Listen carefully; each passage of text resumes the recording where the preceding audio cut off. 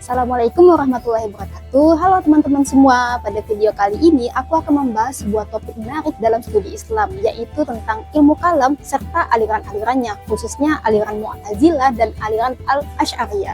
Di sini kita akan lihat bagaimana kedua aliran ini muncul, bagaimana pemikirannya, di mana letak penyimpangannya, serta bagaimana aliran Asy'ariyah ini sebagai penyeimbang. Biar lebih seru, di tengah-tengah video aku akan menyiapkan kalian 3 pertanyaan, jadi simak video ini sampai akhir ya.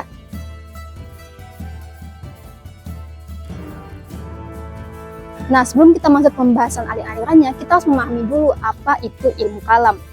Nah, ilmu kalam itu adalah disiplin ilmu dalam Islam yang membahas tentang akidah, ketuhanan, serta pembelaan dalam Islam secara rasional.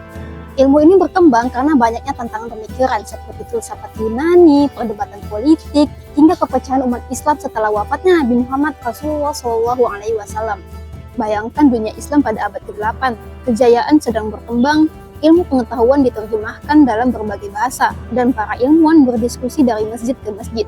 Semua orang sedang mempertanyakan bagaimana sifat-sifat Allah, apakah manusia punya kehendak bebas. Nah, dari situ lahirlah berbagai aliran dalam ilmu kalam.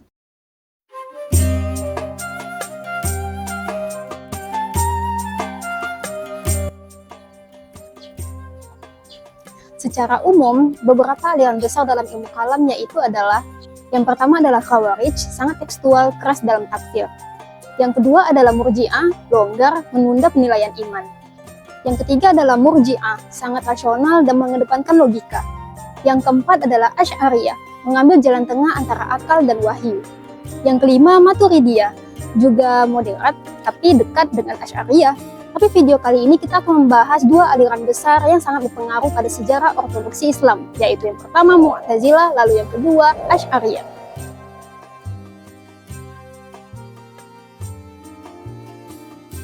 Kisah Mu'tazilah selalu dimulai dari satu tokoh, yaitu Wasil bin Atha. Diceritakan bahwa ketika ia sedang belajar di Halaqah Hasan al-Basri, Wasil mengemukakan pendapat politik dan teologi yang berbeda. Hasan al-Basri berkata, "I'tazala anna Wasil. Wasil telah menjauh dari kita." Dari kata i'tazala, inilah muncul nama Mu'tazilah. Aliran Mu'tazilah itu berkembang pada masa dinasti Abbasiyah. Pada saat itu, para khalifah mendukung gerakan yang rasionalisme dan filsafat. Puncaknya terjadi pada masa Khalifah Al-Ma'mun ketika Mu'tazilah menjadi mazhab resmi negara.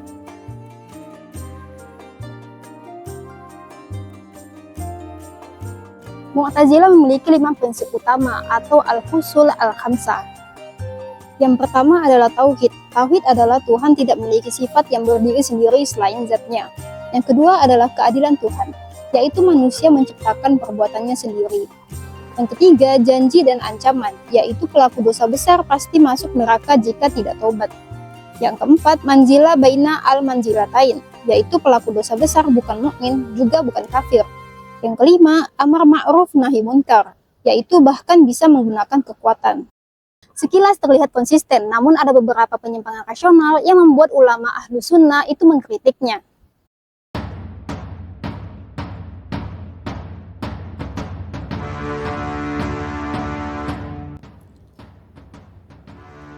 Disinilah masalahnya muncul. Karena Mu'tazilah sangat mengutamakan akal, mereka sampai pada beberapa pandangan yang sangat bertentangan dengan wahyu, seperti: pertama, Al-Quran tidak dianggap makhluk atau diciptakan. Yang kedua, manusia menciptakan perbuatannya sendiri, bukan Allah. Yang ketiga, Tuhan wajib melakukan yang terbaik menurut standar akal manusia. Pandangan ini menimbulkan konflik yang sangat besar, terutama peristiwa terkenal yang dikenal sebagai Mihnah, ujian inkuisisi pada ulama-ulama yang menolak doktrin bahwa Quran adalah makhluk.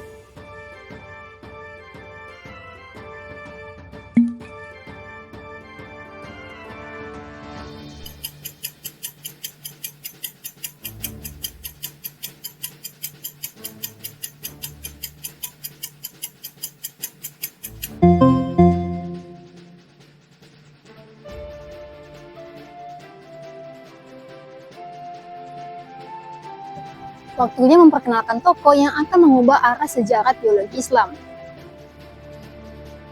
yaitu Abu Al-Hasan Al-Asy'ari. Ia menghabiskan 40 tahun hidupnya sebagai penganut Mu'tazilah dan murid tokoh besar mereka, Al-Jubba'i. Tapi satu hari, ia mengalami krisis intelektual. Beberapa gagasan Mu'tazilah tidak bisa menjawab pertanyaan-pertanyaan mendasar tentang Tuhan, takdir, dan keadilan. Maka di hari Jumat di sebuah masjid di Basra, ia naik ke mimbar dan berkata, "Aku tidak lagi mengikuti ajaran Mu'tazilah." Dari saat itulah lahir Asy'ariyah.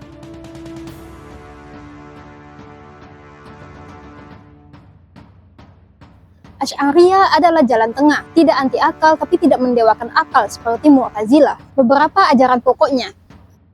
Yang pertama, Allah memiliki sifat-sifat hakiki seperti ilmu, irodah, dan kudroh. Yang kedua, Al-Quran tidak diciptakan, ia kalam Allah yang kadim. Yang ketiga, manusia berikhtiar, tetapi pencipta perbuatan tetap Allah, konsep kasih. Keempat, pelaku dosa besar tetap mukmin tetapi fasik. Yang kelima, Tuhan tidak terikat standar akal manusia. Dengan pendekatan ini, Asy'ariyah mampu menyeimbangkan antara rasionalitas dan teks wahyu.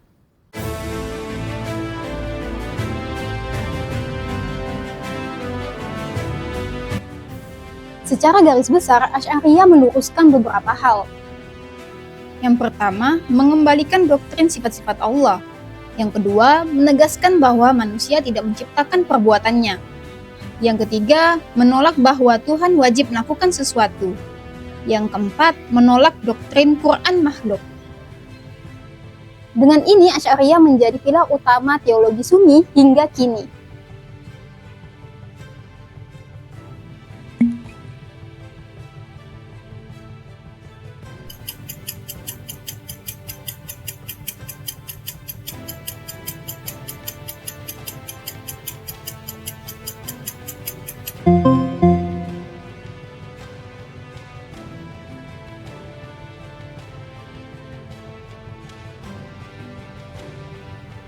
Setelah Asy'ari wafat, ajarannya diteruskan oleh para ulama besar. Yang pertama Al-Baqillani, yang kedua Imam Al-Haramain Al-Juwaini, yang ketiga Imam Al-Ghazali, yang keempat Fakhruddin Al-Razi. Melalui mereka, Asy'ariyah menjadi fondasi utama teologi Sunni di dunia Islam, termasuk di Indonesia.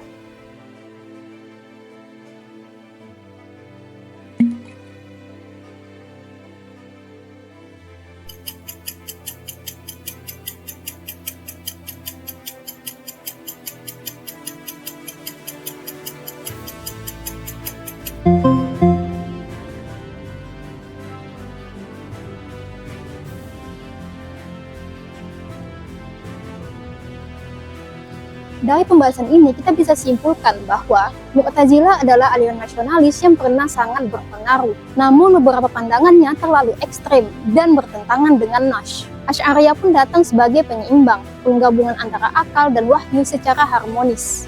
Hingga saat ini, Asy'ariyah menjadi pilar utama akidah Sunni dan diajarkan di seluruh dunia Islam. Terima kasih sudah menonton. Jangan lupa ya, jawab 3 pertanyaan tadi di kolom komentar. Sampai jumpa di video berikutnya. Wassalamualaikum warahmatullahi wabarakatuh.